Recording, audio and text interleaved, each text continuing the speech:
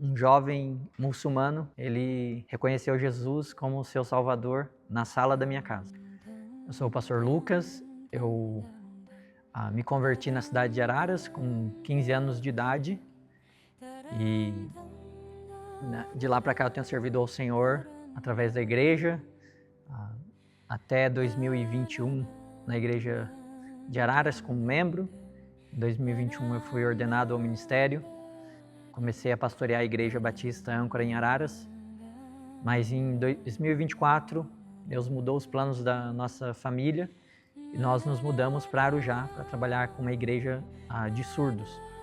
Eu sou casado com a Ruth, pai da Lígia e da Laura.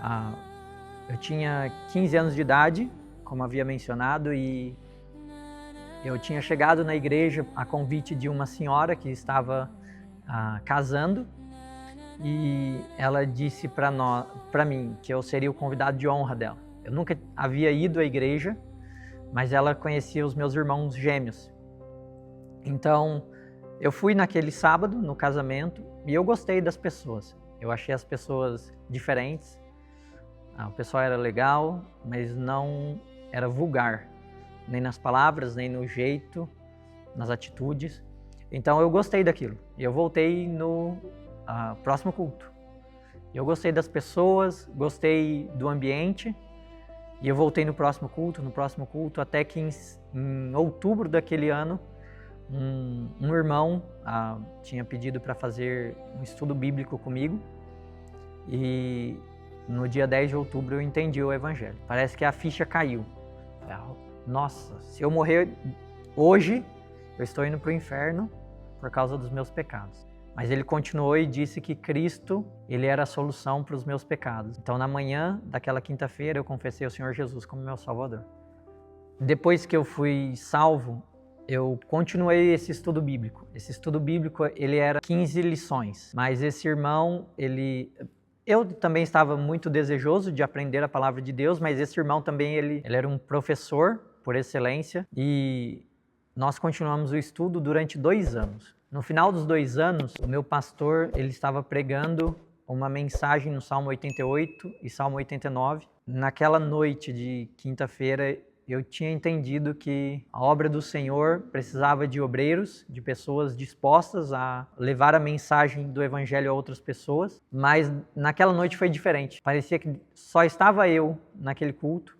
Eu lembro do lugar, eu lembro como estava a luz, as coisas, mas eu não lembro de ter pessoas ao meu redor, mesmo sabendo que tinha. Parecia que Deus estava falando somente comigo. Naquela quinta-feira, eu chamei esse irmão que estava me discipulando e falei, olha, eu acho que Deus está me chamando para o ministério. Aí ele me orientou, vamos pedir uma confirmação do Senhor, se você está, assim, ainda não tem certeza. Então, no domingo, meu pastor, ele pregou novamente sobre os campos que já estão brancos, prontos para a colheita. O versículo diz que poucos são os trabalhadores, mas o Senhor Jesus diz, orai ao Senhor da Seara para que envie trabalhadores. E nós fizemos aquela oração naquela noite. O meu pastor convidou a igreja a orar por pastores, missionários, mas quando terminou o culto, aquele irmão que estava pedindo a confirmação junto comigo, ele disse, olha Lucas, eu acho que Deus está respondendo a nossa oração. Ainda houve mais um culto que o pastor pregou assim, sobre o mesmo tema, e Deus falou poderosamente ao meu coração que eu precisava entregar a minha vida para a obra do Senhor. Então, foi naquele momento que eu tive convicção. Mas interessante que talvez uns 2 meses depois, esse irmão que estava me orientando, me discipulando, ele disse, Lucas, vou dizer uma coisa para você. Eu não tinha dúvida que Deus estava te chamando para o ministério antes de você falar. Eu já não tinha dúvida. Assim, eu entendi que Deus estava te chamando claramente quando você compartilhou aquilo. Então, foi naquele momento. Eu não lembro o tempo, mas foi mais ou menos dessa forma. No ministério, o momento mais difícil, eu acredito que foi os primeiros meses que nós nos mudamos para Arujá. Nós saímos de Araras, minha família está em Araras, os irmãos, minha mãe, a igreja que eu cresci. Então, eu saí de uma zona de conforto para ir para um lugar que eu não conhecia ninguém. Mas eu entendia que Deus estava me chamando para lá. Os irmãos em Arujá me receberam muito bem, mas ainda os primeiros meses nós não tínhamos, vamos dizer, os recursos financeiros suficientes. Nós estávamos conhecendo uma nova cidade, estávamos nos adaptando. E assim, foi difícil, mas também eu não posso deixar de falar que foi um tempo que nós experimentamos as bênçãos do Senhor. Realmente de um relacionamento muito íntimo, muito próximo com o Senhor, onde nós tínhamos muitas necessidades, mas ao mesmo tempo, a cada necessidade que surgia, Deus supria de uma forma incrível. Então, o Senhor era real naquele momento de dificuldade. Muitas coisas acontecendo, mudança de casa, nós não encontramos uma casa de primeiro momento, uma casa que fosse nas condições que nós tínhamos, mas Deus supriu, Deus fez grandes coisas naquele tempo. Apesar de tudo, nós vimos a mão do Senhor naquele momento. Olha, eu acredito que os momentos mais felizes do nosso ministério, e eu posso dizer, foi momentos de conversão, momentos de decisões de pessoas, e aí eu posso citar pelo menos duas. Uma foi em Araras, quando um jovem muçulmano, ele reconheceu Jesus como seu Salvador na sala da minha casa. Isso foi um momento incrível. Havia 40 dias que nós estávamos em contato diário com ele, mas depois de 40 dias ele entendeu o Evangelho. Ele orou naquela noite antes do jantar, recebendo o Senhor Jesus como seu Salvador. Um segundo dia, quando estávamos agora em Arujá, Deus salvou um casal e eu comecei a discipular esse casal. Mas na última lição do discipulado, é uma das lições mais difíceis para mim. Nós estávamos orando para que Deus pudesse confirmar aquele casal como sendo membros da nossa igreja. E graças a Deus, naquela noite, eles receberam a lição e eles terminaram dizendo: pastor, nós estamos prontos para obedecer. Só pedimos paciência, que o Senhor tenha paciência conosco. Aquilo foi uma resposta de oração. Realmente eles estavam prontos para servir ao Senhor. Eles já tinham feito o discipulado com excelência em todas as lições que nós demos, as tarefas, eles fizeram. Mas aquela última lição era, assim, eu acho que foi a confirmação. E graças a Deus hoje eles estão firmes servindo ao Senhor. Eu acho que esses foram os dois momentos mais marcantes do nosso ministério.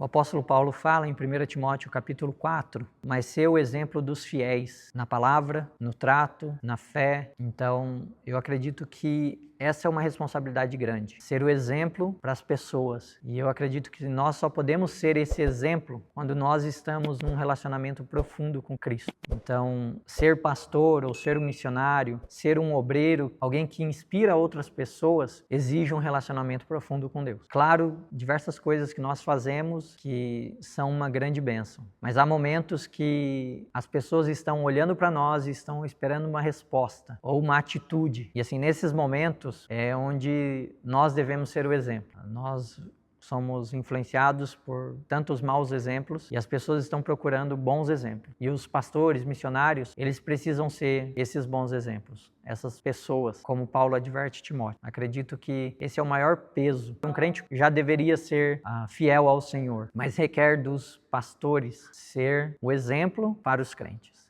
Então isso é um peso um pouco maior. Eu peço oração pelo nosso ministério ali na cidade de Arujá, com uma igreja para surdos, não só de surdos, mas para surdos. A liderança sabe Libras, parte da liderança são de surdos, então nós estamos prontos a receber pessoas assim. Mas orem pelo nosso trabalho. Há uma cidade de quase 100 mil habitantes que ainda não tem ouvido o Evangelho. Temos uma grande luta espiritual com religiões de origem matriz africana, né? Candomblé, Umbanda. Então, nós pedimos oração nesse sentido. O trabalho ali, ele tem sido afligido por essas influências. Também, orem para que nós possamos alcançar a cidade. A nossa igreja é uma igreja de maioria de membros surdos, porém, na cidade não há outra igreja. Então, nós estamos fazendo o possível para os ouvintes, para os surdos. Então, orem para que o Senhor nos abra portas e nós possamos compartilhar o Evangelho com as pessoas arujaenses.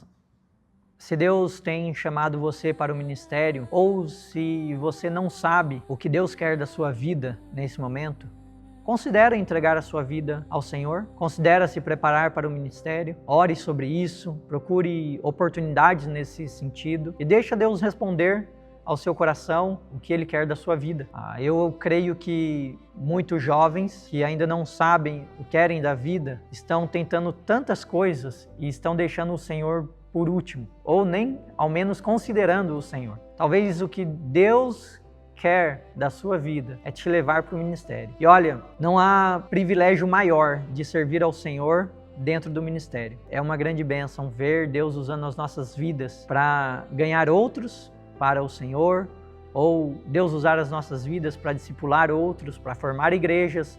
Então, considere, Deus quer usar as nossas vidas, esse é um fato. Mas você já parou para pensar se Deus quer usar a sua vida dentro do ministério? O ministério carece de homens fiéis e talvez você seja esse homem fiel que Deus está procurando. Deus abençoe.